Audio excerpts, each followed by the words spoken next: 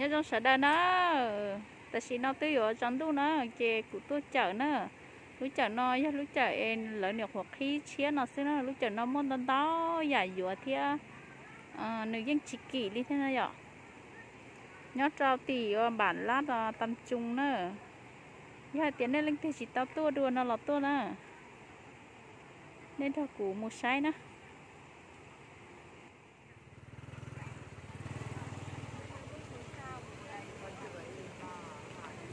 wow có dế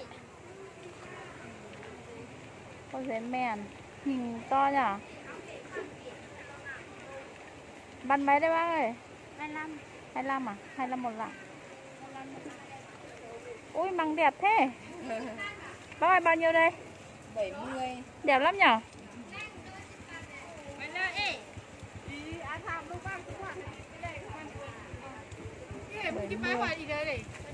nhiều đồ ăn quá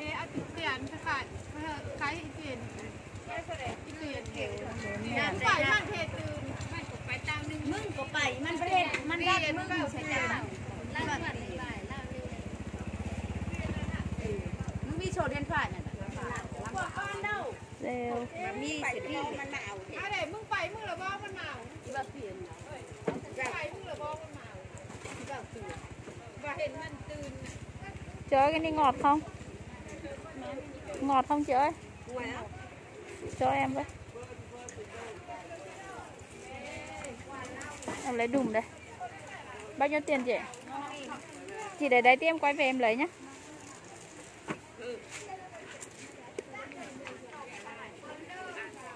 nhiều con dế lắm mọi người ơi ai muốn ăn con dế thì ra lắm mà mua ngon nhở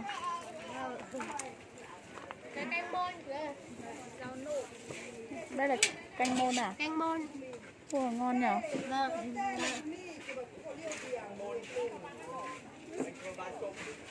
để tí nữa về lấy thì lấy sao tí nữa lấy giúp em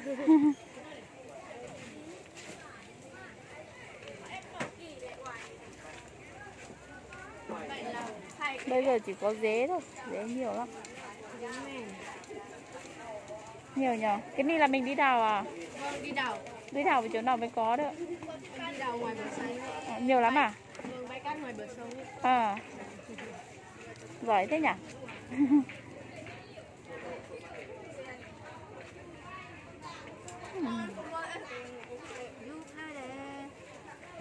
bà ơi cháu xem có gì cháu lấy lấy ngô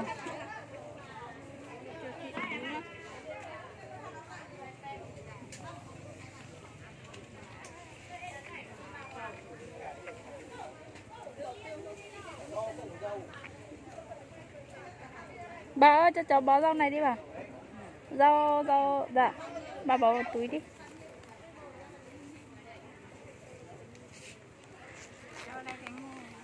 bánh ngô à mấy tiền đấy bà ơi rau á 5.000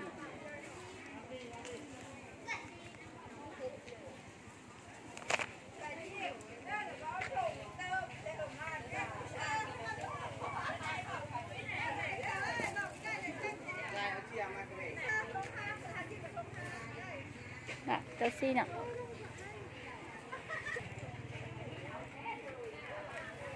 cái này là bánh ngô à bác bánh ngô cái này ngô luộc nhiều thứ để ăn lắm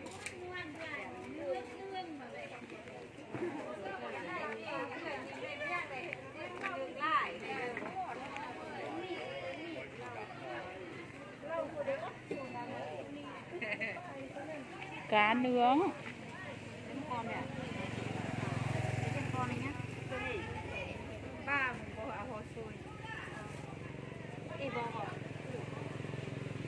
luộc này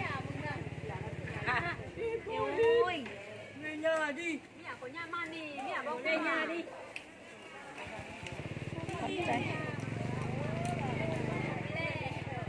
quả chanh bán thế nào đấy bác cân 20 cân 20 à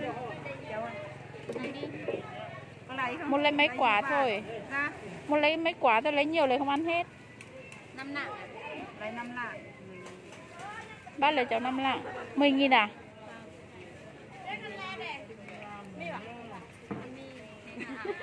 Ba cả bên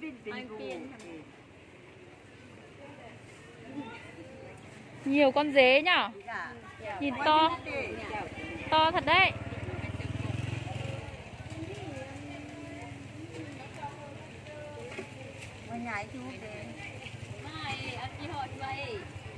Nhiều con dế quá. Đây là con nhái. Nhiều dế nhở? Mùa này đi đâu được nhiều lắm à chị? khổ đấy. Đi cả ngày. Đi được một ít. À, cái này là mình đi tìm cả ngày rồi à? Dạ. Đi cả ngày người được ít rồi trồn vào. À. Đi là đi cả nhà. Dạ. Ngày đi quay cơm đi giao. Dạ.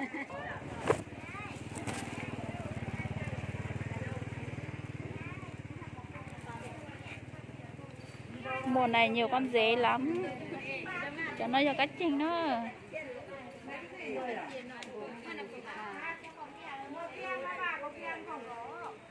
Đây còn chua nữa. Nhiều nhỉ.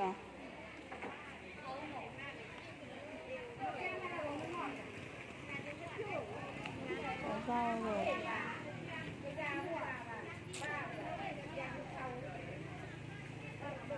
Mua gì được nhỉ?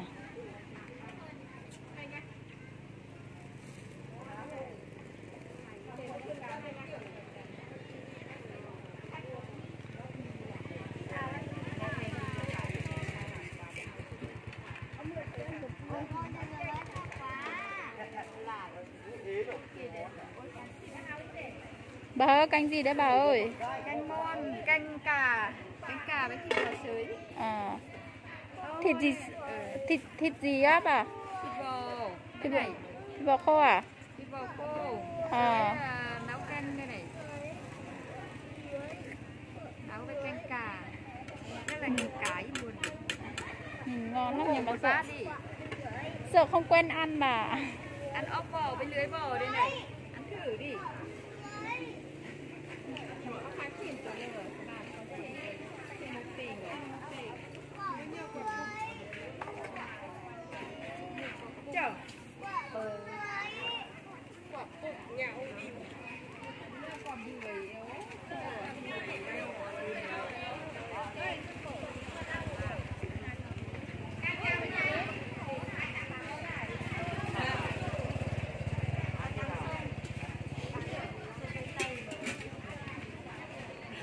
Măng.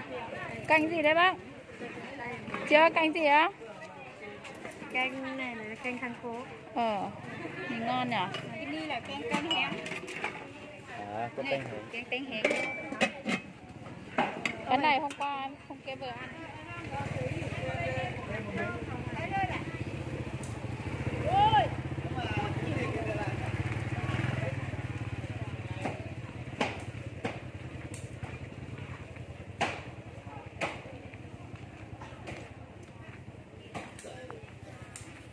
Ủa, nhiều con dế đấy.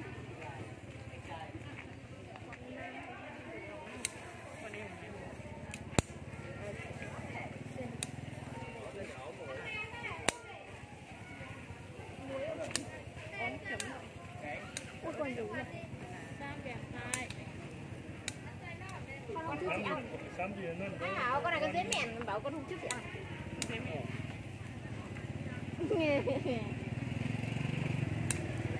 Thật là nhiều thứ ngon. Không ăn nữa.